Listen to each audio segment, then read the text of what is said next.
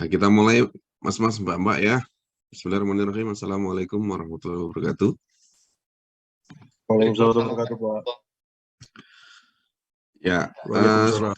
sebelum saya lanjutkan, kita kurang berapa minggu lagi kuliah ya?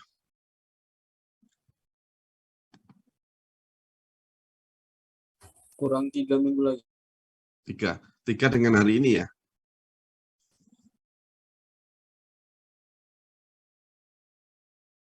Ya, 3 dengan hari ini. 4 sama hari ini, Pak. Oh, 4 sama hari ini masih cukup waktunya. Insya Allah masih cukup. Ya,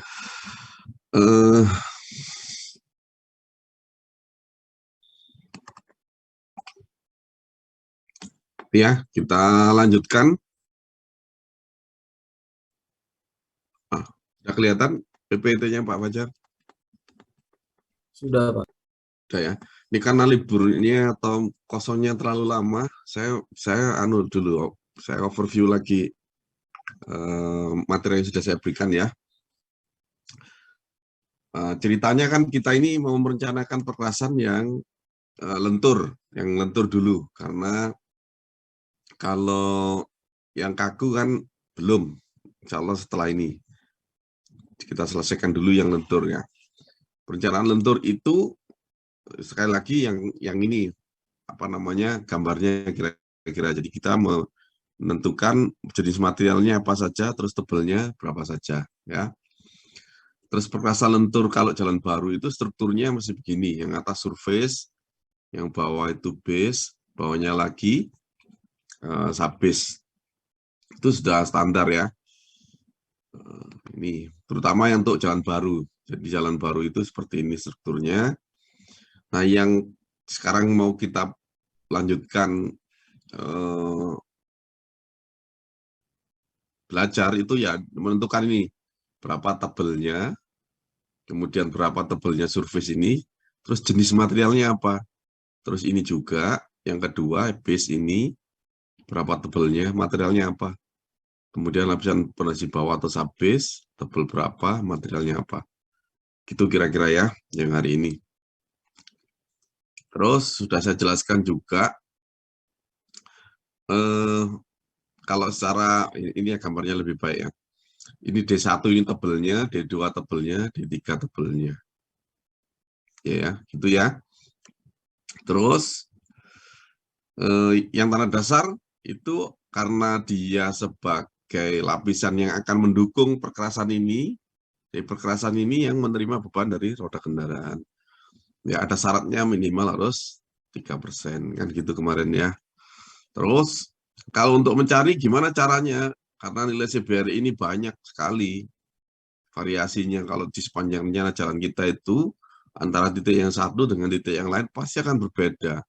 Nah, terus gimana cara mencari CBR untuk desain perkerasan? Kita pakai namanya CBR segmen, kan gitu ya. Berarti data CBR-nya pasti banyak, tidak hanya satu. Tidak boleh di rata-rata gitu. CBR segmen. Kemarin sudah belajar dengan cara analitis maupun grafis.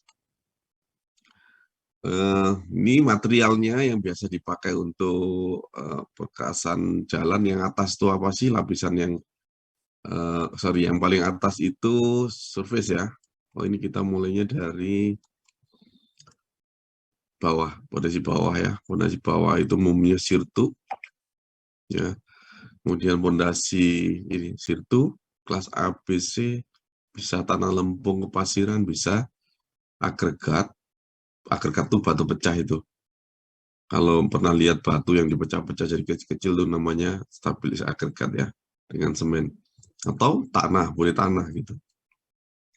Nah, pondasi atas itu materialnya boleh yang dipakai adalah ini sudah saya jelaskan saya kira ya. Batu pecah kelas A, B, C atau tanah lempung atau lapis aspal pondasi lapis aspal beton kita sebut dengan CTB atau ATB. C-nya ini kalau C ini semen treated base, kalau ATB aspal treated base. Kalau ini ya cor beton lah gitu kira-kira. Kalau ini aspal beton.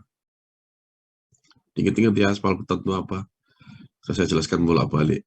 Atau bisa stabilisasi agregat dengan semen, kapur, aspal, atau juga penetrasi makadam. Jadi dulunya apa namanya makadam, lapis makadam itu boleh dipakai sebagai fondasi atas.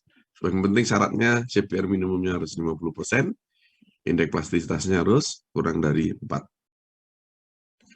Indeks plastisitas ini ngetes di laboratoriumnya di praktek mekanika tanah ya. Sayangnya kalau Anda nggak melakukan ya saya hanya bisa menyebutkan namanya tes indeks plastisitas gitu. Seberapa plastis material yang akan kita pakai gitu. Intinya harus kurang dari 4%. Terus lapis permukaan atau surface cost. Yang paling atas itu materialnya adalah aspal beton. Nah, aspal beton itu atau beton aspal ya. Aspal beton, beton aspal, aspal konkret biasanya atau disebut dengan AC, itu campuran antara agregat ditambah dengan aspal. Aspalnya bisa aspal minyak, aspal pulau buton. Kalau aspal pulau minyak bisa disebut asmin. Kalau aspal pulau buton disebut dengan asbuton. Aspal dari Pulau Buton ini khas Indonesia memang ya, di tempat lain nggak ada. Kemudian campuran namanya jadinya nanti adalah campuran beton aspal atau aspal beton ya. Nah, ini sudah saya jelaskan juga. Tanah dasar sudah saya jelaskan kan ya kemarin, kita biasa pakai CBR. Nah, khusus untuk standar yang baru ini, yang sekarang Anda pelajari ini, nilai CBR yang biasa kita pakai di perencanaan yang model lama, itu harus kita modifikasi menjadi namanya modulus resilient. Ya, modulus resilient ini sebenarnya kalau cara mengetesnya di laboratorium itu berbeda dengan mengetes CBR. Karena kalau CBR itu keluarnya adalah angka persentase kan gitu ya. CBR itu angkanya mulai 0 sampai 100%. Ingat, CBR itu angkanya 0 sampai 100%. CBR ini kepanjangannya California Bearing Ratio. Jadi satu angka kekuatan tanah yang dibandingkan dengan satu kekuatan nilai satu jenis tanah di California sana yang dianggap nilainya adalah sebesar 100% atau 1. Jadi seperti itu. Sehingga angka tanah hasil pengujian CBR ini mulainya adalah 0% sampai dengan 100%. Gitu. Tanah yang jelek itu mendekati angkanya 0. Tanah yang baik kekuatannya mendekati dengan 1 atau 100%. Gitu. Nah, di dalam standar yang baru ini, nilai tanah meskipun kita dapatkan kekuatannya sebesar nilai CBR, tetapi harus dikorelasi menjadi nilai modulus resilient. Modulus resilient ini kalau di laboratorium berbeda dengan cara pengujiannya CBR. Kita harus pakai alat namanya giratori. Giratori itu kita putar, ada sampel tanah di bawah kita putar dengan kita bebani terus-menerus, seperti dibebani secara continue, seperti dibebani kendaraan begitu. Memang diberi beban seperti roda, terus nanti dilihat kekuatan tanahnya dengan nilai namanya modulus resilient. Kira-kira seperti itu. Tetapi jangan khawatir, di Indonesia memang sedikit sekali alat pengujian giratori itu, tidak banyak perguruan tinggi atau lembaga pengujian yang punya. Sehingga kalau tidak ada nilai modulus resilient bisa dikorelasi dari nilai CBR. Yang bawah ini adalah rumusnya. Kalau kita mau mencari modulus resilient dalam satuan PSI, tapi punyanya nilai CBR, gampang caranya. Tinggal kalikan saja 1.500 dengan nilai CBR. Tentu CBR ini adalah CBR segmen. Kalau kita sudah punya nilai CBR yang kita hitung nilai CBR segmennya. Paham ya? Biar aja kalau soalnya Pak Fajar nanti ngomongnya CBR, tapi Anda harus merubahnya menjadi modulus resilient. Nanti ceritanya itu bersambung. Hari ini akan kelihatan di mana modulus resilient itu butuhnya. Nah, sekali lagi, daya dukung tanah itu boleh pakai metode CBR, boleh modulus resilient.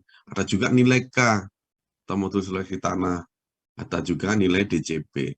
Kalau masih nilai DCP ini harus dirubah dulu menjadi CBR. CBR baru modulus resilient. Sayang sekali Anda nggak praktikum ya. Sebenarnya kalau di laboratorium mekanika tanah, ini semua Anda lakukan. Kecuali yang MR, modulus resilient. Kita punya alatnya tapi rusak. Gitu. Jadi yang pasti dipelajari nilai CBR, nilai K, DCP itu di lab mekanika tanah mesti diberikan. Mudah-mudahan Anda paham ya kemarin. Mungkin diberikan secara virtual atau secara online oleh dosennya. Ini sudah ya, CBR segmen, cara mencarinya itu kalau dengan cara grafis, cara analitis seperti ini, tapi saya sarankan pakai yang grafis. Metode grafis lebih banyak dipakai rekomendasinya untuk menentukan CBR segmen dengan cara grafis. Ini sudah ada tugasnya juga kan kemarin ya, ada ujian apa tugasnya? CBR segmen itu CBR 90%. Ya kan? Nah, sekarang kita masuk ke materi tentang bagaimana merencanakan perkerasan lentur jalan raya. Ya, pertama, langkahnya adalah menghitung lalu lintasnya atau volume lalu lintasnya. Dengan cara tentukan dulu angka ekivalen beban sumbu berdasarkan jenis kendaraan yang bermacam-macam berlalu lintas di jalan yang mau kita rencanakan. Hitung nilai reliabilitas, mudah-mudahan masih ingat nilai reliabilitas. Kalau tidak ingat, sebentar lagi akan saya sampaikan. Kemudian hitung lalu lintas pada jalur rencana atau disebut dengan W18. Kedua, tentukan koefisien drainase. Sebentar lagi akan saya praktekkan bagaimana cara menentukan koefisien drainase. Kemudian berikutnya adalah menentukan indeks permukaan. Juga nanti sebentar lagi akan saya sampaikan bagaimana caranya.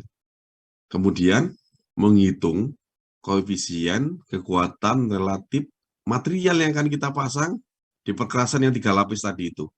Surface, base, subbase.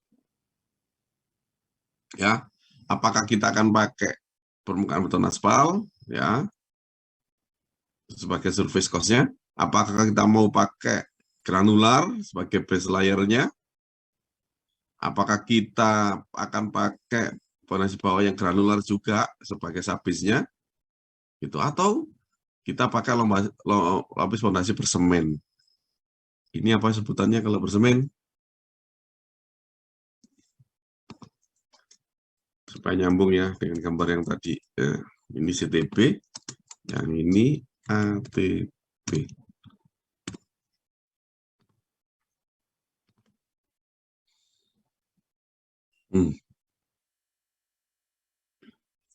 Fondasi bersemen berarti CTB, concrete treated base. Kalau ini lapis fondasi beraspal, ATB, aspal treated base. Oke ya, kira-kira seperti itu. Lalu lintas. Nah, ini kan tadi kita bicara yang pertama sekarang, lalu lintas. Tebal perkerasan jalan ditentukan dari besar beban lalu lintas. Oleh karena itu kemarin saya ajarkan bagaimana cara mencari beban lalu lintas. Pertama, tahapannya adalah analisa lalu lintas saat ini. Jadi, nanti jumlah lalu lintas yang akan lewat di jalan itu diperkirakan dengan cara, kalau jalannya jalan baru, itu diperkirakan. Tapi kalau jalannya existing dan mau ditingkatkan, maka bisa dihitung langsung di jalan itu. Harus saat ini juga, makanya itu disebut dengan LHR. Jadi kalau Anda merencanakan perkerasan itu tahun ini, maka lalu lintasnya juga harus tahun ini. Karena nanti kita akan proyeksi sesuai dengan umur rencana jalan kita. Ya, kalau umur rencananya 20 tahun, ya kita kasih N-nya 20. Kemudian kalau jalan kita umurnya 10 tahun, maka N-nya kita kasih 10, 20, atau 5, 7, dan sebagainya boleh. Kemudian, selama umur rencana itu, kita harus punya perkiraan pertumbuhan jumlah kendaraan selama umur rencana. Atau biasa disebut dengan I. I ini, nilai I ini, satuannya juga persen. Misal gini, pertumbuhan kendaraan saat ini sebesar 7% per tahun. Pertumbuhan kendaraan saat ini 6% per tahun. Dapat dari mana datanya? Ya, data ini bisa kita cari atau survei di Dinas Perhubungan, atau kita cari survei di BPS ya, Badan Pusat Statistik, atau kita cari di mana ya, apa namanya, PU, tapi yang bagian jalan, jadi dari Dinas Bina Marga biasanya nilai I-nya ini. Apa yang kita dapat dari sana? Kita akan dapat data jenis kendaraan beserta jumlah pertumbuhannya per tahun. Gitu. Misalnya, mobil penumpang, kita punya tahun ini data 1000, dapat dari dinas-dinas tadi itu. Kemudian tahun kemarin 800, 2 tahun kemarinnya lagi 600, 800, 1000. Maka kita bisa menarik garis tren bahwa pertumbuhannya sekian persen per tahun. Gampang kan? Terus truknya setiap tahunnya berapa perkembangannya, bisa kita lihat juga. Nah, itu nanti kan kita pakai sebagai dasar untuk memperkirakan pertumbuhan jumlah kendaraan selama umur rencana berikutnya. Karena kalau nilai I ini pasti dapatnya tahun perencanaan ke bawah, karena kan ini sejarahnya ya, kan gitu. Oh, dulu perkembangan lalu lintasnya sampai saat ini itu sekian persen. Nah, tapi kalau pertumbuhan itu pasti I itu akan kita hitung atau kita perkirakan saat ini ke depan. Paham ya? Kalau perkiraan pertumbuhan itu pasti orientasinya adalah ke depan. Tapi kalau mencari nilai I itu pasti ke belakang. Karena pertumbuhan lalu lintas itu kan kita lihat dari sejarahnya. Contohnya gini loh yang paling gampang. Anda punya duit, bentuknya dolar. Dolar Amerika misalnya. Anda punya 1000 dolar hari ini. Pingin tahu kalau ini saya tabung, kira-kira selama nanti 5 tahun ke depan, duit dolar saya jadi berapa? Berarti itu kan pertumbuhan ya, pertumbuhan dolar saya. Kalau tadi kita analogikan dengan lalu lintas, pertumbuhan lalu lintasnya. Berapa nanti jumlah kendaraan 5 tahun yang akan datang, kan gitu. Terus, bagaimana saya bisa dapatkan untuk memperkirakan? Oh, saya harus tahu nilai dolar selama 5 tahun ke belakang itu trennya bagaimana, kan gitu. Oh, trennya naik 1% terus. Awalnya 12.000 jadi 13.000 jadi 14.000 jadi 14.500 misalnya gitu ya. Terus kita bisa grafikan trennya, tapi terus kita lihat berapa slope-nya atau I-nya, pertumbuhannya. Oh, sekian persen per tahun rata-rata gitu. Berarti nanti duit saya yang 1000 itu tadi 5 tahun lagi jadi berapa ya? Nah, nilai I tadi bisa kita masukkan dengan rumus present value. Present value itu anak SD, SMP mesti sudah ajarkan. Nilai present value P atau PN sama dengan P, kondisi saat ini P0 kalikan 1 ditambah I-nya. I-nya itu adalah persentase pertumbuhannya, dipangkatkan dengan N. N-nya adalah tahunnya. Kalau kita mau memperkirakan 5 tahun, berarti 5 tahun yang akan datang kan gitu. Ya, berarti N-nya 5. Nah, kita bisa tahu berapa uang dolar kita nanti 5 tahun yang akan datang. Sama dengan pertumbuhan lalu lintas ini. Kalau sekarang kendaraan penumpang itu 1.000 jumlahnya yang mau kita pakai untuk perencanaan, berapa nilai trennya 5 tahun yang akan datang, ya harus kita tahu bagaimana tren pertumbuhan 5 tahun ke belakang jenis kendaraan mobil penumpang ini. Kemudian dari nilai I yang bisa kita dapatkan itu, kita bisa memperkirakan berapa jumlah kendaraannya 5 tahun yang akan datang. Itu prinsip penting untuk Anda pahami dalam merencanakan perkerasan jalan untuk parameter lalu lintas ini. Nah, apa itu umur rencana? Balik disinggung tadi. Umur rencana adalah jumlah waktu dalam tahun yang dihitung sejak jalan tersebut mulai dibuka sampai saat diperlukan perbaikan berat atau dianggap perlu untuk diberikan lapis permukaan yang baru. Jadi, umur rencana itu siapa yang menentukan? Ya, Anda sebagai perencana. Tapi kalau soal ujian, ya Pak Fajar yang menentukan, ya. Mau 10, mau 20, mau 15, ya. Itu Pak Fajar yang menentukan. Tapi kalau benar-benar Anda sebagai perencana, jalan untuk perkerasan ini, ya Anda yang menentukan. Dapat dari mana referensinya? Ya tanya sama yang punya duit, ya. Karena semakin tinggi nilai umur rencana, maka ya perkerasannya semakin tebal. Karena apa, lalu lintasnya kan semakin banyak gitu. Jalan untuk 5 tahun dengan jalan untuk 10 tahun ya tentu harus lebih tebal karena harus menjangkau sampai rusak 10 tahun yang akan datang, itu maksudnya gitu. Umur rencana itu. Umur rencana itu jalan mulai dibuka itu mulai bisa digunakan berlalu lintas sampai nanti rusak jalan itu. Nah, itu disebut dengan umur rencana. Itu ya. Kemudian permasalahan yang ada adalah cukup banyaknya jenis kendaraan. Jadi jenis kendaraannya macam-macam, nggak hanya mobil penumpang, tadi juga ada truk, ada bus, dan sebagainya. Gandarnya bervariasi. Gandar itu yang sumbu itu yang as kemarin yang Anda hitung nilai E-nya. Ya, sehingga dalam perhitungan harus diekivalenkan. Ekivalenkan itu nilai E yang kemarin Anda coba hitung itu, nilai E ya. Jadi kendaraan itu harus dikorelasikan menjadi satu satuan tunggal untuk dipakai di dalam perencanaan yang mewakili lah kira-kira seperti itu. Maka harus dikalikan dengan nilai E sesuai dengan jenis kendaraannya. Karena konfigurasi sumbunya, kalau kita lihat, jenis kendaraan itu bermacam-macam. Paham ya? Ada pertanyaan sebelum ini? Saya overview saja kuliah kita sampai dengan kemarin. Ada pertanyaan sebelum saya lanjutkan? Sementara nggak ada ya. Jadi ini yang beban kemarin itu ya, harus diekivalenkan menjadi 8,16 ton.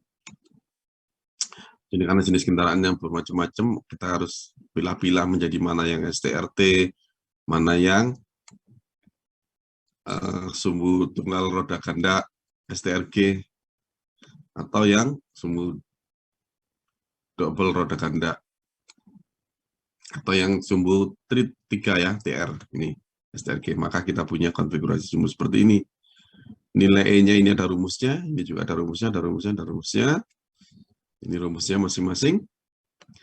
Kemudian Anda bisa hitung untuk jenis kendaraannya, misalnya mobil penumpang, ini MP ini mobil penumpang ya. Mobil penumpang itu sedan, mobil Xenia, Innova, dan sebagainya itu mobil penumpang. Konfigurasinya sumbunya itu depan 50%, belakang 50%, ya, 50%, 50%. Berat totalnya ini biasanya 2 ton, maka dia di sini adalah 1 ton, 1 ton. Nilainya bisa kita hitung dengan rumus ini. Kita masukkan 1 non bagi ini bahkan 4 ya, kemudian di total. Kalau udah tes semua kemarin, udah bagus hasilnya, saya percaya Anda sudah bisa. Nah, setelah itu, hitung W18 tadi itu, kan inilah W18. Nah ini, W18 ya. Jadikan W18. W18 itu beban standar kumulatif ya. Penggerak lalu lintas, hati-hati, W18 ini mestinya adalah satuannya harus 1 tahun, LHR 1 tahun berarti ya. 1 tahun, kalau masih harian harus dikalikan dengan 365. Nah ini yang nggak konsisten kemarin, saya lupa ganti, ini I sebenarnya. Perkembangan lalu lintas itu menyebutnya I. Ada juga yang standarnya itu G, kenapa gradiennya? Karena gradien. I itu slope. Ya, perkembangan lalu lintas sama aja sebenarnya, I sama G, jangan bingung. Nah, W18-nya kalau masih harian harus dikalikan 365 karena kita harus membuatnya dalam 1 tahun. W18 beban gantar standar kumulatif rencana selama 1 tahun. Nah, di sini ada DD dan DL. DD itu apa? Faktor distribusi arah. DL, faktor distribusi lajur.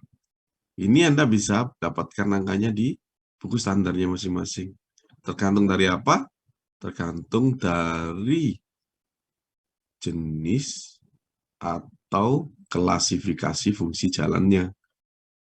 Kolektor 2 arah, 4 lajur. Dengan kolektor 2 arah, 2 lajur tidak sama.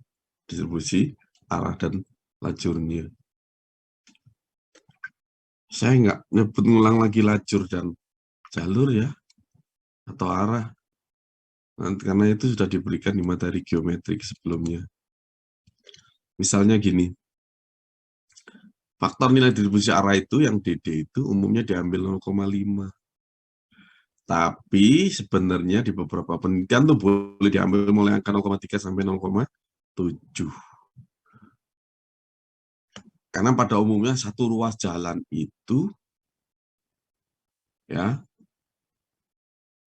kalau kita lihat dalam arah yang sama, misalnya ada 2 lajur dia punya ya, itu kecenderungan mana yang ramai, lebih ramai itu berbeda. Mungkin yang arah ke Jakarta misalnya lebih ramai, arah yang balik dari ke Jawa itu lebih sedikit, dan sebagainya. Itu kan sebenarnya perlu diteliti. Tapi secara umum nilai DD itu ambil saja 0,5 sudah ya. Kita asumsikan sama rata. Sehingga yang Jakarta harus yang balik bodoh. Jadi supaya perkerasan jalannya, volume lintasnya seimbang antara yang kanan dengan kiri. Itu. Kemudian nilai faktor distribusi lajur atau DL ini ditentukan berdasarkan jumlahnya lajurnya per arah. Kalau arah ke Jakarta itu misalnya jumlah lajurnya 1, maka nilai DL-nya 100% atau 1 ya. Kalau 2 boleh ambil 80 sampai 100. Kalau Anda ragu-ragu ya 90 lah gitu tengah-tengahnya biar bingung. Kalau yang 3 ambil angka 60 sampai 80. Kalau saya bisa ngambil 70. Yang 4 lajur 50 sampai 75. Saya bisa ngambil 60 atau 65%. Ya. Oke, jadi kita sudah tahu, nanti untuk mencari W18, 365, kalikan DD. DD berapa angkanya tadi? Halo? DD berapa angkanya? Halo? 0,5, Pak. Iya, 0,5. DL-nya? Tergantung lajur, Pak, jumlahnya. Yes, tergantung lajurnya. Betul. W18-nya nanti kita hitung dulu ya. Beban gantar standar kumulatif untuk 2 arah per hari. Ini kita ngitung W18 dulu. Nanti saya contohkan cara ngitung W18 yang ada capelnya ini. Ini berarti hari ya. Per hari kan nanti kalikan 365. Namanya disebut per hari di sini. Beban gantar standar kumulatif untuk 2 arah. Berarti beban gantar standar itu yang tadi sudah kita kalikan dengan nilai E-nya. Nilai E. Gitu. Dan sudah kita kumulatifkan, berarti kita sudah jumlah semuanya total yang dari berbagai jenis kendaraan tadi itu. Yang ini tadi ya. Ini nanti nilai E, nilai W-nya berapa, kalikan dengan volume lalu lintasnya. Oke, kira-kira gitu. Kita ambil contoh soal aja ya, biar gampang. Perhitungan beban standar kumulatif dulu, 18 ya. Data lalu lintas per hari untuk jalan 2 lajur, ingat ini, 2 lajur, 2 arah. Sebagai berikut, kendaraan ringan satu-satu berarti konfigurasinya 1 ton, 1 ton. Nah, 1 plus 1 itu 2000 kendaraan, bus 12, 8 ton, 3 plus 5, 600. Truk 2 as 12, 13 ton, 58. Ayo, saya tanya sekarang. Kode 11 ini apa?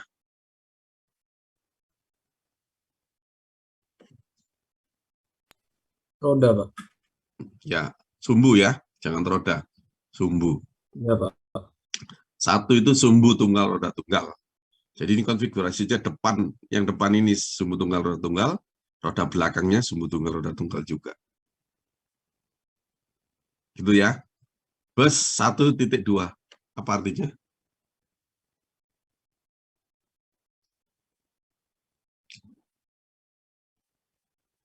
Halo? Roda depannya. Sumbunya 1, roda belakangnya sumbunya 2. Iya, sumbu tunggal roda tunggal, roda depannya.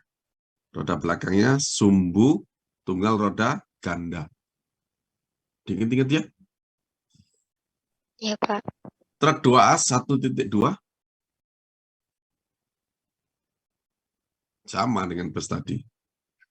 Ini yang agak beda. Truk 3as 1.22. Sumbu tunggal roda tunggal sama sumbu ganda roda ganda. Yes. Ya, betul. Hati ya. 20 ton 6, 14. Karena kita bedakan karena nanti kita mencari nilai E-nya kan beda ya. Nilai E-nya itu berbeda antara sumbu tunggal roda tunggal dengan sumbu ganda roda ganda. Hitung beban standar kumulatif selama 10 tahun apabila perkembangan lalu lintasnya per tahun adalah 10%.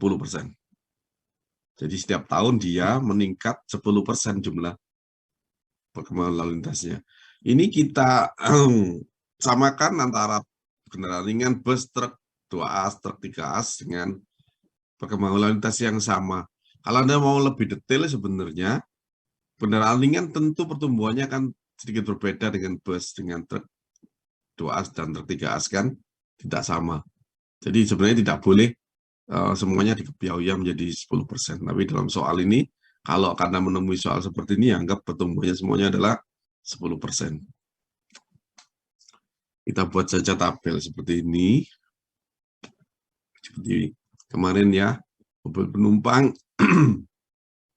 STRT, STRT. Ini urutannya hanya kalau di atas roda depan, di bawah roda belakang gitu ya.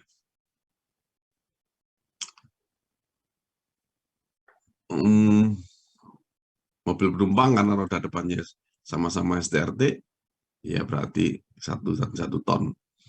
Bus tadi 8 ton. Tadi kan sumbu tunggal roda tunggal kan 1-2 kan kodenya. Sumbu tunggal roda tunggal, sumbu tunggal roda ganda. Truk 2as tadi STRT dan STRG juga. Nah, khusus yang truk 3as tadi sumbu tunggal roda tunggal, sumbu ganda roda ganda kan? Akan taruhnya di sini. Sumbu ganda roda ganda, sumbu double kan sama aja. Sumbu double sama ganda kan sama ya. Taruhnya di sini. Kita cari masing-masing. Ini dapatnya dari mana kira-kira?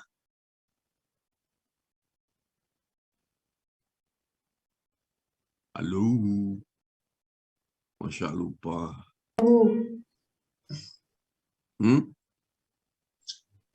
Itu Pak yang perhitungan beban sumbu dibagi koefisien yang ditentuin Pak. Yes. Ya, betul. Yang lainnya mengerti?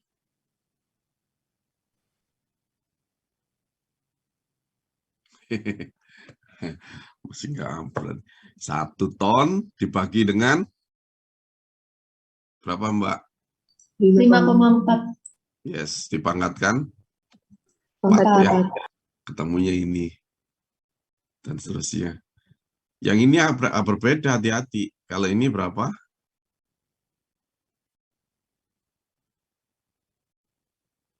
5 ton dibagi 8,16. ya, dibagi 8,16 ya, karena STRG kan? Ya kan gitu. Iya, Pak. Betul. Yang ini pakai rumus SDRG, SGRG. Ini ya. Gak paham ya? Terus di total yang ini mobil penumpang 0,024 bus dan sebagainya, seperti yang kemarin ditugaskan itu. Berarti gini, mobil penumpang itu ekuivalennya 0,024 itu nilai ekuivalen single axle-nya, ESA-nya. Bus itu 0,2363. Jadi kalau ada bus melintas 1 di jalan itu, volumenya 1 busnya, maka nilai W-nya 0,2363 gitu. Kalau mau W365 hari, kalikan 365 gitu. Jadi kita nggak lagi menyebut 1 bus gitu, 2 bus dan sebagainya, tapi nilai ekuivalennya gitu. Karena harus kita ekuivalenkan dulu. Maksudnya gitu ya. Nah, koefisien distribusi, kita bikin tabel sendiri. Ini volume lintasnya tadi sesuai dengan soalnya. 2.600, 100. DD-nya berapa? 0,5 kan tadi kita minta. DD-nya semua pakai angka 0,5. Nah, ini sekarang distribusi lajurnya berapakah? Karena kita punya 2 lajur 2 arah, ya. 2 lajur 2 arah. Berarti, kenapa di sini angkanya 1? Ya, berarti setiap lajurnya 2 lajur 2 arah. Bisa menggambarkan 2 lajur 2 arah seperti apa? Nah, ini pertemuan kalau nggak online, Pak Fajar kayak coret-coret ini apa namanya, papan tulis.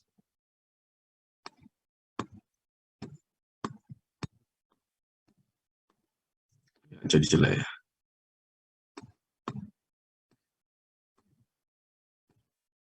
Sana, ini satunya ke sini.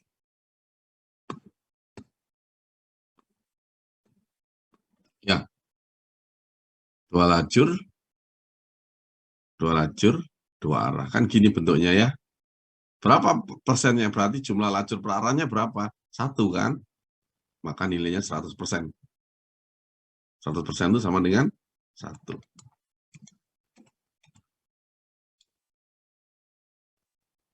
Makanya di sini kita beri angka 1.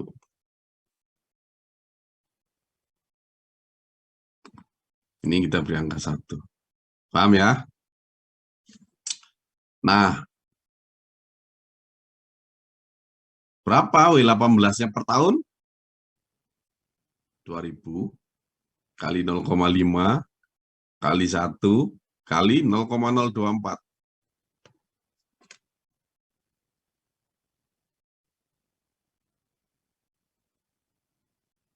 Berapa angkanya? Benar nggak itu? 2000 kali 0,5 kali 0,024.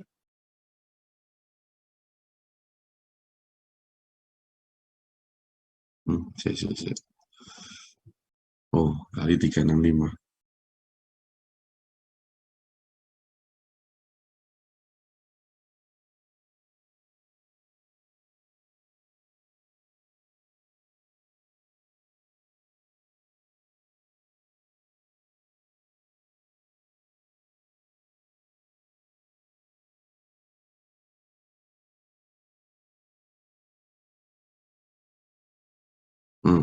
Ini ada kesalahan angka mungkin ya. Ini abaikan angkanya. B18 yang per tahun ini mestinya adalah 2000 kali 0,5 kali 1 kali 0,024 kali 365 gitu. Karena ini sudah satuannya per tahun ya. Hati-hati. Coba ditulis di catatannya saja. B18 ini kalau harian tidak perlu kalikan 365 dulu. Jadi 2000 kali 0,5 kali 1 kali 0,024. Busnya 600 kali 0,5 kali 1 kali 2363 gitu dan seterusnya. Paham ya? Pertumbuhan lansia 10%, N-nya tadi itu umurnya 10 tahun. Kita cari ke 18. Jadi ini mestinya hari dulu ini Mbak Fajar keliru lagi. Bisa diedit nggak ya? Bentar. Oh, bisa.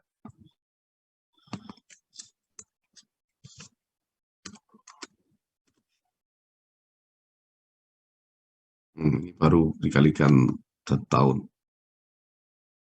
Ini angkanya juga keliru ini.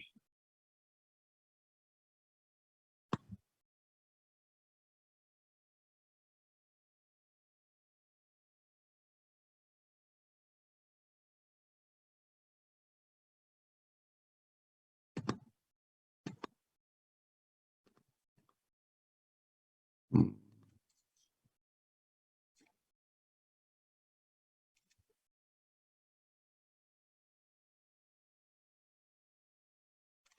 Oke.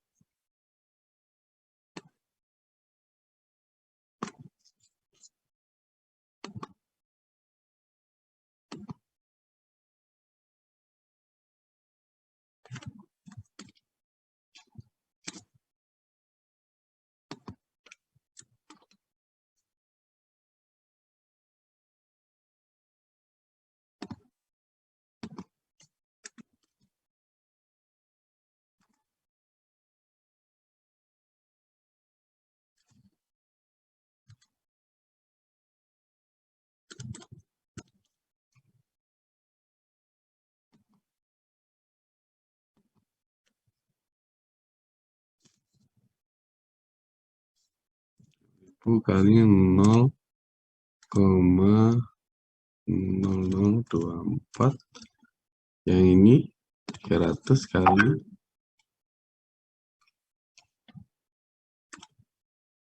0,2363. 3as 60 sorry 100 ini 50 ya. Kelihatan nggak di layar? Nggak kelihatan. Terlihat, Pak. Ini 30 kali 2,5959 ya. Nah, kalau pas lagi sudah pertumbuhan, berarti ini harus dimasukkan rumus yang ini. Ini. 18 kali 1 plus G pangkat N dibagi, ya kurangi 1, bagi dengan G.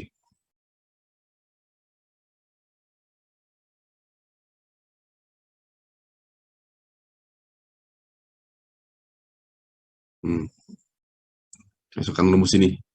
Ya.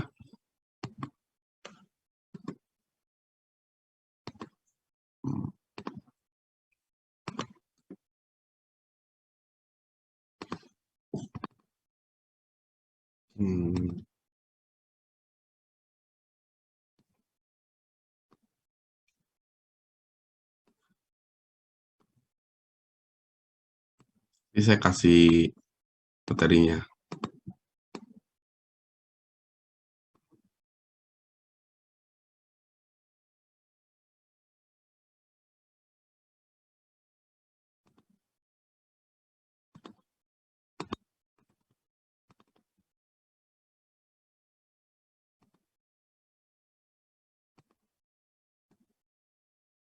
Ini ya.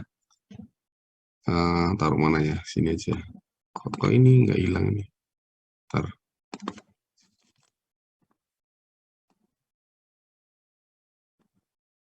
Ini juga.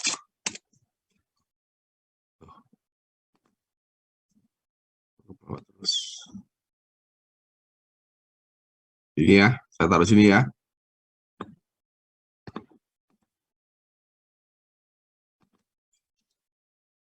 Nih, jadi nanti masukkan saja.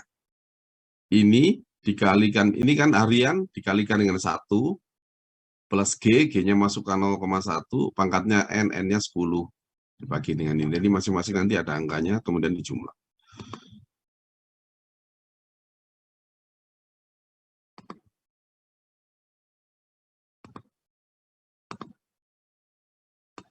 Ini saya kasih panah ya. Oke. Ada pertanyaan sampai sini?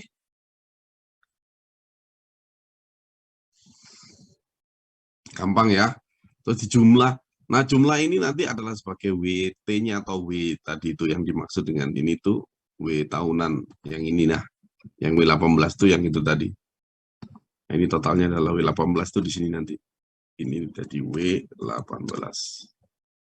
Ini totalnya di sini jadi W18.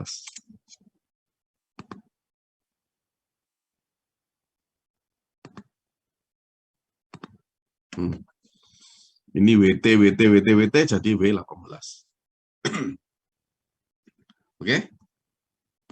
WT itu ada indeksnya T itu karena masing-masing jenis kendaraan itu maksudnya. Nah, setelah ketemu volume lalu lintasnya, maka apa yang harus kita lakukan? Pertama, W18 sudah ketemu, kemudian nilai reliability. Nanti Anda pakai namanya nomogram 7. Di buku standarnya coba dibuka, nomogram 7. Digunakan untuk menentukan structural number, namanya atau SN. Ya. Atau indeks tebal kekerasan atau coba disebut dengan ITP. Rencana yang diperlukan. ITP rencana yang diperlukan. Nomogram tersebut dapat dipergunakan apabila dipenuhi kondisi berikut. Jadi W18 sudah ada ketemu, nilai reliability-nya nanti kita tentukan di tabel, standar deviasinya kita tentukan dulu, modulus resiliennya, yang nomor 4 ini dari nilai CBR. Ini dari CBR. Ini sudah kita hitung tadi. Reliability tinggal lihat tabel. Overall standard deviation, lihat tabel. Kemudian nanti kita harus tentukan hanya design serviceability loss atau delta PSI. Sama dengan IP0 dikurangi IPT. Nanti akan saya jelaskan apa itu IP0 dan IPT. Nah, ini yang struktural number atau nomogramnya. Nomogramnya itu kita pakai untuk menghubungkan nilai reliability terhadap standar deviasi. Ya, ini angkanya nanti kita tentukan reliability ini, standar deviasi kita tentukan juga. Kemudian nanti ketemunya di mana? Setelah ketemu, cari saja seret. Ya. Terus dari sini kita kita hubungkan dengan estimated total 18 ininya. 18 kip, berarti ini adalah volume lalu lintasnya. W18-nya, nanti ketemu di mana W18-nya, berhenti. Terus dari sini kita hubungkan dengan nilai modulus resilient dari tanah dasarnya. Nanti ketemu di mana? Ya, setelah itu kita tarik garis lurus. Garis lurusnya itu adalah nilai struktural number. Kira-kira kayak begitu untuk mencari nilai struktural number-nya atau ITP-nya. Jadi ITP ini atau struktural number itu kita pakai nomogram. Untuk bisa menggunakan nomogram harus ada data lalu lintas atau W18 tadi itu yang kita hitung dari sini tadi, ya. Ada nilai reliability bisa dilihat di buku standarnya. Nanti akan saya jelaskan. Nilai S0 atau overall standard deviasi, nanti akan saya jelaskan dari mana. Modulus resilient berarti dari data tanah dasar atau CBR. Yang cara mendapatkannya tadi itu ceritanya saya bolak-balik. Pertama CBR yang banyak itu dijadikan CBR segmen. Dari CBR segmen Ditentukan nilai modulus hasilnya dengan mengalihkan dengan 1.500 kali nilai CBR. Tadi kita rumus yang atas tadi ya. Kemudian desain serviceability loss data PSI nanti akan saya jelaskan ini. IP0 dikurangi dengan IPT. Nomogramnya ini ya. Ada ketemu di buku standarnya? Halo Mbak-mbak, Mas-mas, buku standarnya dibuka. Ini halaman berapa?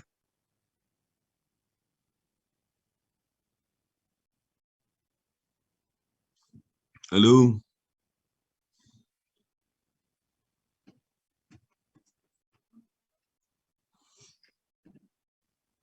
Ayo halaman berapa ini buku standarnya? Kalau di sini Asto 1993 halaman 2/27.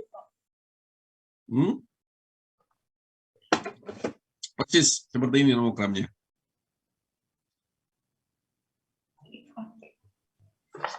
Persis.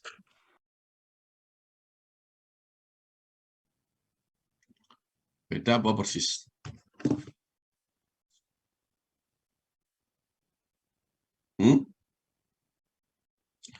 Buku standarnya itu yang ini, yang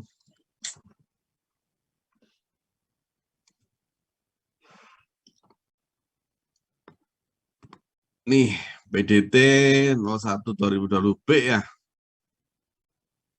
Benar nggak?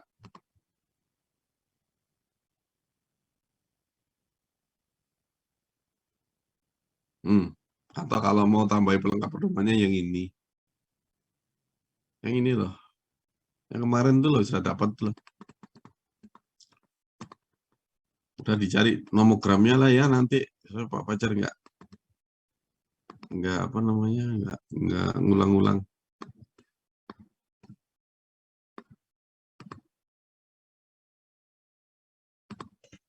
Ini nomogram menghubungkan, berarti Anda enggak pegang buku standarnya hari ini kayaknya ini. Semua ini. Halo, ada yang dapat? Halaman 17, Pak ya. Iya, betul. Ya, nomogram itu sebenarnya persamaan yang digrafikan gitu loh. Jadi, lihat ini.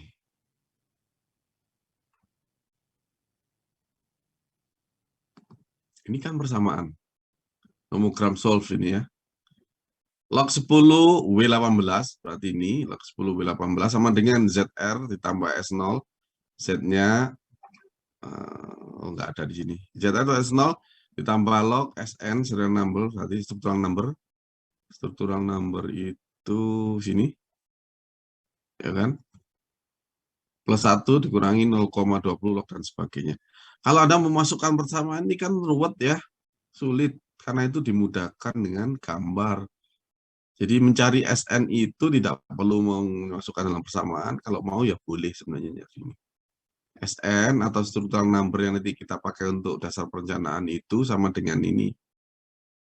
Grafik reliability dihubungkan dengan deviasi ketemu di mana, hubungkan dengan angka nanti angkanya W18 ketemunya di mana, ya garis aja, pakai penggaris, jeret. Gitu. Kemudian hubungkan dengan nilai modulus resilient, nanti berapa angkanya modulus resilient, hubungkan, nah ketemunya di mana. Tentu ini nanti geser-geser ketemunya di sini nih, tergantung dari di sini nanti langkahnya kayak apa kan gitu, atau angkanya berapa gitu. Nah, itu kita dapatkan serial number-nya dengan menghubungkan dengan delta PSI-nya. Yang ini delta PSI-nya 0,05, yang ini 1, yang ini 1,5, garis ini, yang terakhir ini 3. Gitu. Terus nanti dipotongkan, kalau sudah ketemu dipotongkan dengan grafiknya data PSI, baca di bawah. Sudah gitu. Nah ini ketemu, kalau contoh soal ini serial number-nya sebesar, contoh soal ini serial number-nya berapa ini ketemunya?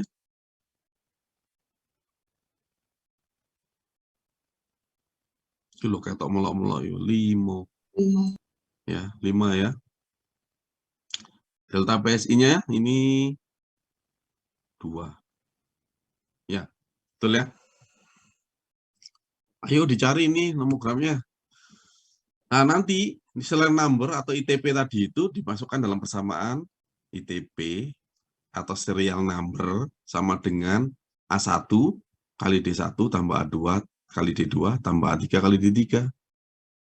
Jadi kekuatan relatif berdasarkan volume lalu lintas dan keadaan tanah serta faktor yang lain atau disebut dengan serial number itu atau ITP itu harus dilawan dengan kekuatannya perkerasan yang A1 tambah D1 kali, A1 kali D1 tambah A2 kali D2 tambah A3 kali D3. Sebenarnya itu loh filosofi rumus ini. Sekali lagi saya ulangi. Indeks tegal perkerasan atau serial number berdasarkan volume lalu lintas yang sudah hitung, berdasarkan kondisi tanah yang tadi sudah kita masukkan, dan parameter lain seperti lebarnya jalan, jumlah lajur, faktor yang lain, faktor lingkungan dan sebagainya, itu harus kita tahan sebesar A1 kali D1 tambah A2 kali D2 tambah A3 kali D3. Gitu maksudnya. A1 itu apa? Ya material yang nanti kita pasang di surface cost, lapisan paling atas, dikalikan tebelnya, D1. Ditambah apa? Kekuatan relatif bahan base cost atau A2, dikalikan dengan tebelnya. Ditambah dengan apa? A3, kekuatan relatif bahan yang kita pakai di sub base cost, kalikan dengan tebelnya. Gitu loh maksudnya. Gampang ya? Berarti yang kita cari itu serial number-nya dulu, ITP-nya baru kita tentukan jenis materialnya dan tebelnya masing-masing. Sebenarnya gitu rumusnya. Ya, sangat mudah sekali.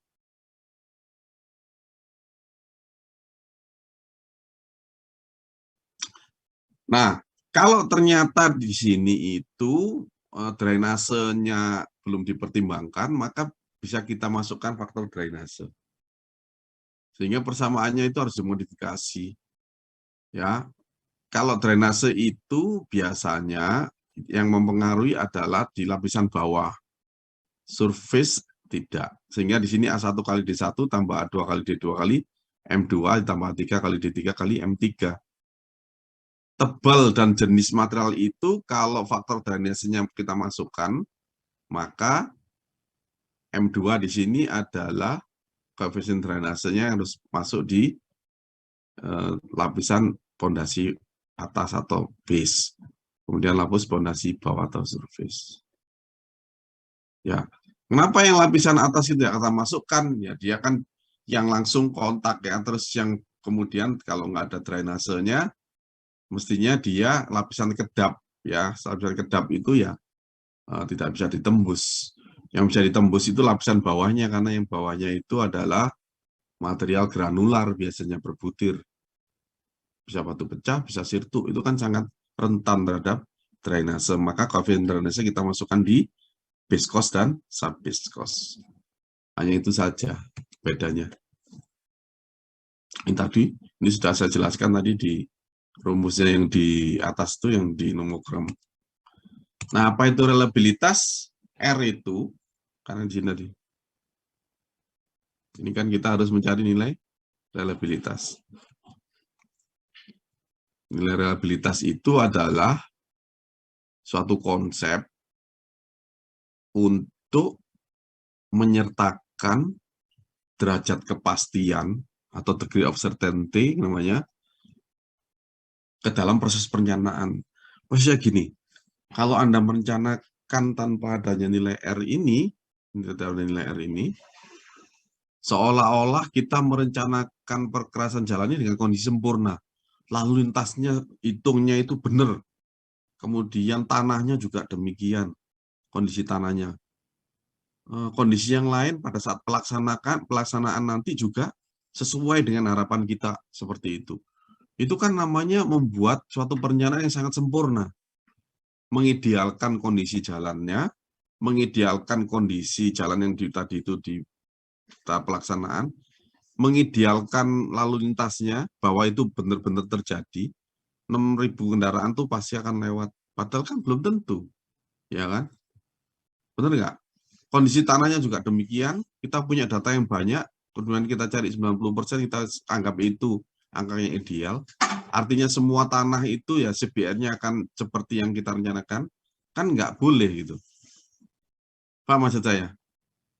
Untuk meyakinkan, untuk membuat pasti semua parameter tadi itu kan tidak boleh sebenarnya. Dalam buku standar yang lama itu dianggap semuanya ideal. Nah, di dalam standar yang baru ini, kita boleh memasukkan namanya tingkat reliabilitas.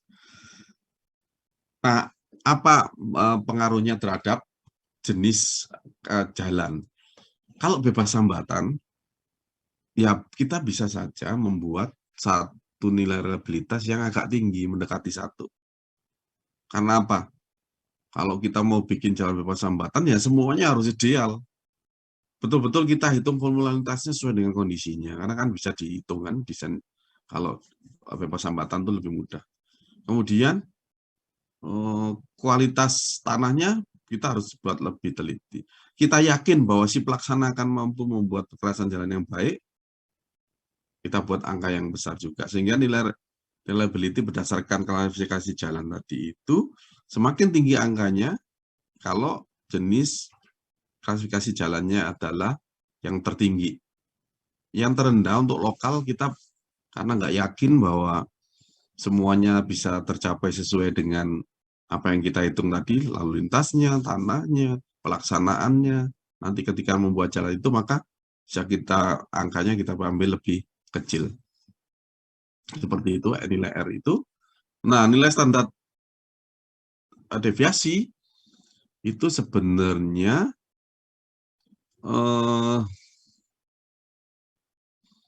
ini sebenarnya juga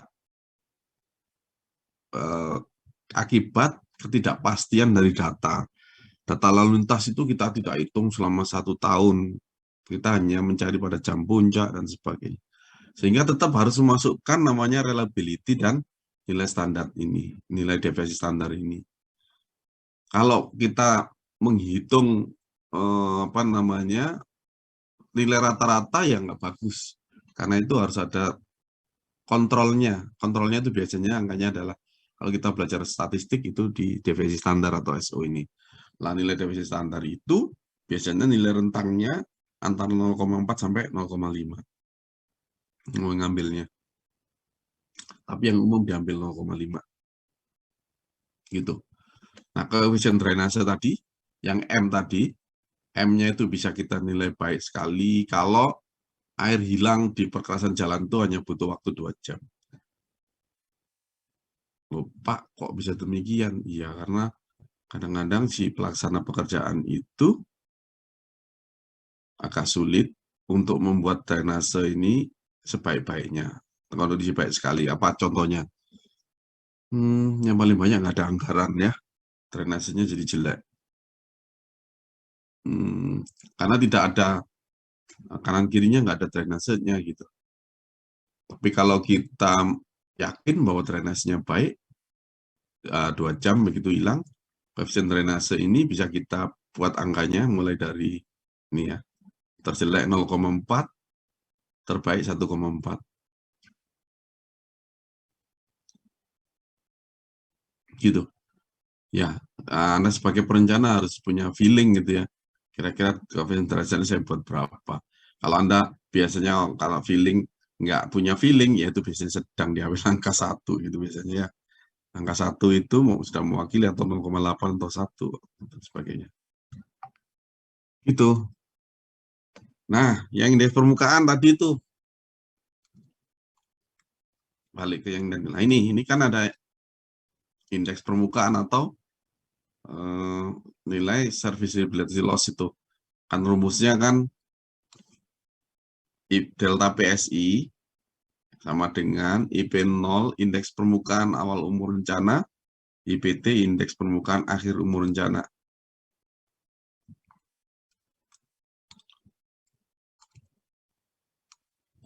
Nah ini, indeks permukaan itu adalah nilai ketidakrataan atau kekuatan perkerasan berhubungan dengan tingkat pelayanan lalu lintas yang lewat.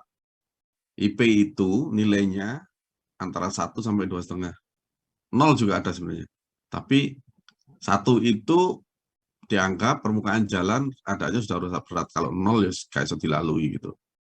Ya. IP 2,5 menyatakan permukaan jalan masih cukup stabil dan baik. Jadi nilai IPT ada di IP 0 dan IPT itu bedanya, dilihat ini belakangnya kan, satunya T, satunya P0. Nanti kita lihat deltanya, delta sama dengan IPT dikurangi IP0. IPT itu indeks permukaan pada akhir umur rencana, T-nya itu T sekian tahun, T tahun. Perlu dipertimbangkan, kita harus mengambil angka seperti ini. Kalau jalan tol, umumnya diambil 2,5. Kalau jalan arteri, ada angkanya ini. Tergantung dari volume W18-nya. Gitu. Jadi ini ada di tabel juga, ini di tabel 6 ya. Kemudian, ini kalau jalannya arteri bisa ambil 1,5 sampai 2,5. Intinya, kita harus bisa memperkirakan pada akhir umur rencana, IPT kita itu berapa angkanya gitu. Kalau jalan tol umumnya 2,5 tadi ya. Nah, kalau IP0 apa? IP0 itu indeks tebal perkerasan, indeks permukaan pada awal umur rencana. Jadi pada saat jalan mau dibuka, awal dibuka itu, kita menginginkan permukaan jalan kita itu seperti apa. Nah, berarti tergantung dari jenis lapis permukaannya. Semakin baik jenis lapis permukaannya, aspal beton, maka IP0-nya semakin besar. Nah, nilainya di sini 4. Gitu. Nah, kalau mau mengukur dengan satu alat pengukur ketidakrataan, bisa juga sebenarnya. Nah, dengan ini namanya, satuannya itu, ini biasanya meter per kilometer. Ya. Alatnya namanya rokometer Nasra, atau bisa pakai BAM integrator. Angkanya ini. 1, 2, dan sebagainya. Kalau kurang dari 1, berarti ada alat ya, kita pasang, terus kita seret 1 kilometer. Kalau dia naik turunnya alat itu di total kurang dari 1 meter per kilometer, maka itu sangat halus. Sangat halus. Sehingga diberi nilai indeks permukaan pada awal umur rencana sebesar 4. Gitu. Nah, Anda juga, sebagai perencanaan juga harus punya feeling ini. Nah, nantinya kira-kira si pelaksana itu bisa nggak membuat indeks tebal perkerasannya, indeks permukaan awal umur rencananya nanti sebesar 4. Kalau kontraktor-kontraktor yang di daerah-daerah itu biasanya tidak punya keahlian, ya Anda jangan, walaupun pakai laston, jangan ambil angka IP0-nya 4 gitu. Misalnya 3,9 kah atau berapa.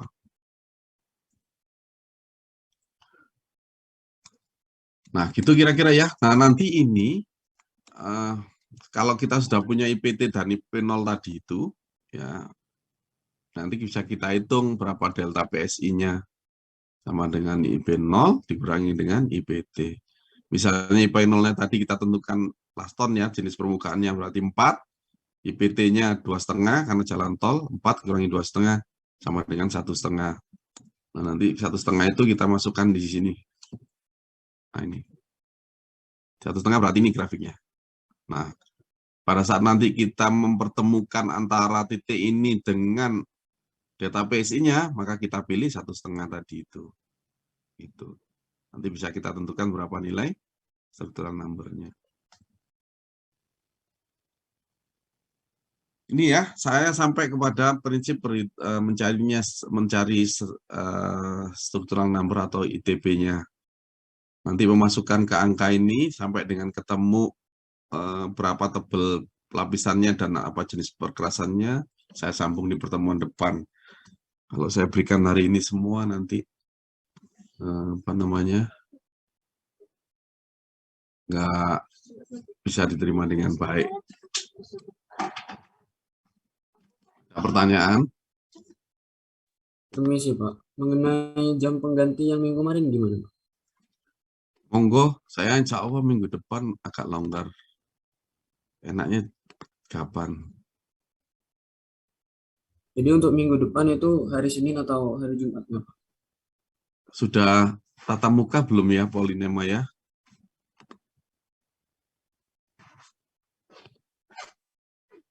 Belum ya? Kalau dari kampus tidak diwajibkan, Pak. Tapi kemarin Diwajibkan. beberapa dosen sudah ada yang tatap muka, Pak. Kalian ada di Malang semua nggak? Nggak ada. Sebagian ada yang di Malang, Pak. Iya, Pak. Oh, sebagian Untuk tidak. MRK 6 sebagian ada di mana? Oke, gini aja deh. Minggu depan tuh punya pilihan hari apa? Untuk Pak Fajar, wis ngono ae, wis saya gampang. Ketua kelasnya koordinasi saja, nanti saya dikasih waktu ya. Hubungi saja. Silakan. Baik, Pak.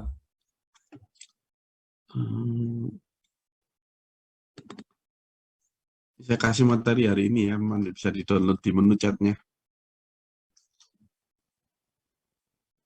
Sudah ada?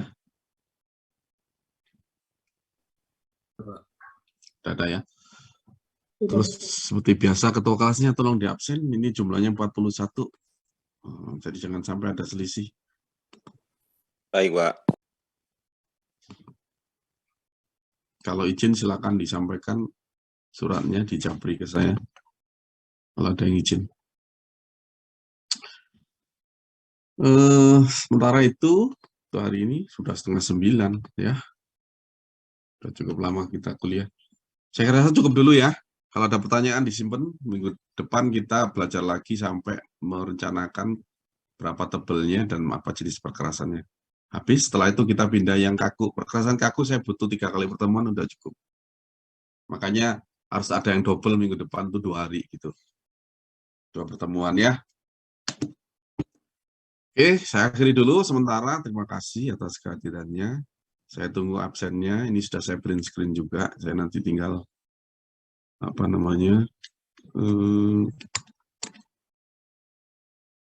cocokkan saja antara absen dengan print screen-nya.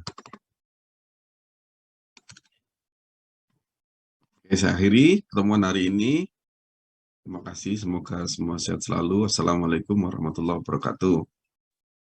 Waalaikumsalam Waalaikumsalam warahmatullahi wabarakatuh. Terima kasih, Pak. Yuk, sama-sama.